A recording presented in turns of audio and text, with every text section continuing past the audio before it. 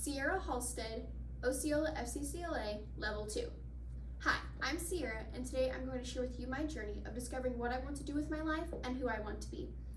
Being a mental health technician comes with many difficulties, including sympathy and knowing how others' feelings and understanding what each individual person needs for the care they receive. My only concern for this project is I do not have very much experience in this field because I'm so young, but by the end of this project I want to have more experience in this field and have a better understanding of what it takes to be a mental health technician. To accomplish this goal, I began by putting together a planning process of how and when I'm going to research, job shadow, and write my speech. I wanted to see where my interests and abilities lie and according to being a mental health technician, so I took a few self-assessments on Missouri Connections. I took an interest profiler assessment which showed my most active skills were social skills. It showed I'm better interacting people, giving advice, and being of service to people when they need it. My second assessment covered skills employers look for in workplace settings. It showed which of my interests coincide with specific careers.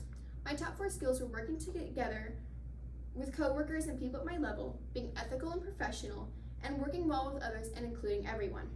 Jobs involved in healthcare, human services are more likely to utilize these skills on a daily basis. These include jobs such as hairdressers, mental health technicians, nurses, and even embalmers. After completing all of my self-assessments, which showed I would be a great fit for this career, I began by reaching out to companies to schedule some job shadowing hours. It turned out to be very challenging to set up job shadowing or even phone interviews because of the HIPAA privacy law. HIPAA is a law that provides full privacy for healthcare patients. It means healthcare employees are not allowed to share patient information with anyone outside of the patient's care team. Many hospitals were unwilling to either let me shadow or interview their technicians. After many attempts, I finally got in touch with the director at Parkview Geriatric Wellness Center in Bolivar, Missouri, and we set up dates for me to come in and shadow one of their technicians. A technician who works for NHC Osage Beach Rehab and Healthcare Center answered a few interview questions for me. While I was at Parkview, I observed technicians who work with mental health patients suffering from dementia and Alzheimer's. I started shadowing 2 technicians named Emily and Destiny. After lunchtime, the patients usually took a nap and it was calm, so I had a chance to ask the technicians about their jobs. During the interview, I asked the techs about their favorite parts of their job, what education level their job required, and other career industries they could work for with their experience. Some of the questions were about their favorite and least favorite parts of their job, and many of their answers were very similar. The techs said they either liked their job because they liked to see the growth from point A to point B, and it made them, or being able to help patients and have one-on-one time with them. They also said their least favorite part of the job was sending patients home knowing they could use more help. After I interviewed them, I got to see how they interact with patients and visitors.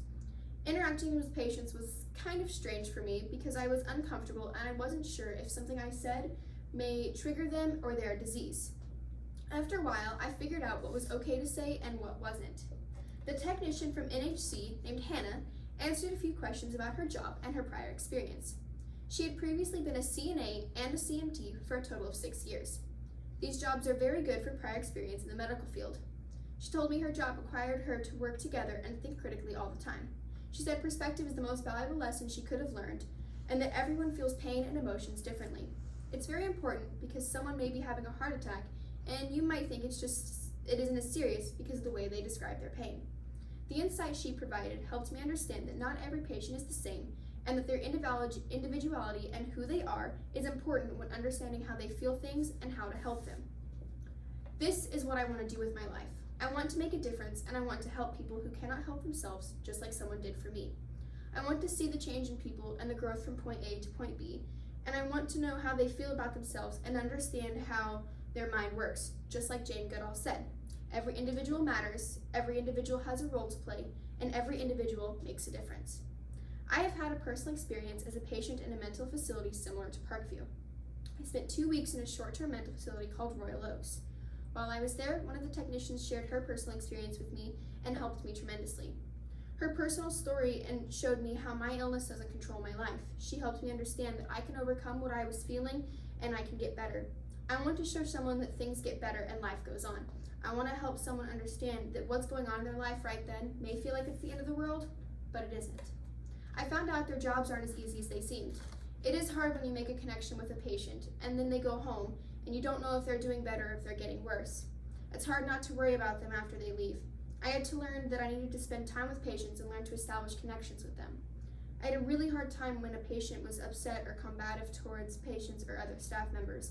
It broke my heart to see them in such a horrible position. In my health class recently, we've been talking about mental and emotional health and the different problems that can occur. We've really touched on depressive disorders and generalized anxiety disorders because they are the most common. These disorders also go hand in hand with postpartum depression, which we learned about in child development. We learned about new mothers who suffer from postpartum depression and how they work through that tough time and regain that connection with the baby. I also took a psychology class where we have mainly discussed the effects of stress and anxiety and how they can worsen pre-existing mental health conditions. Throughout this project, I was able to connect to several family and consumer sciences standards.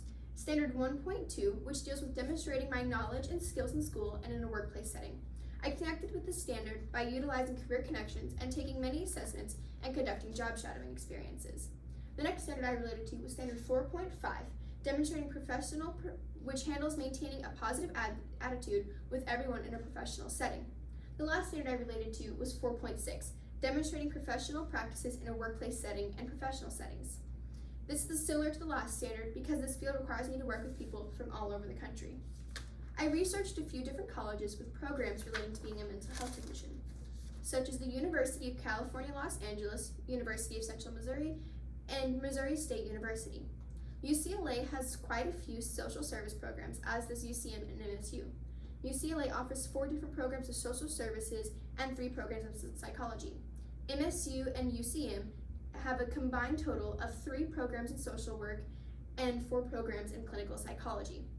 I want to go to UCLA and earn my master's in social work with an emphasis in psychology. While I'm in college, I want to get a part-time job as a mental health technician and train to become a social worker.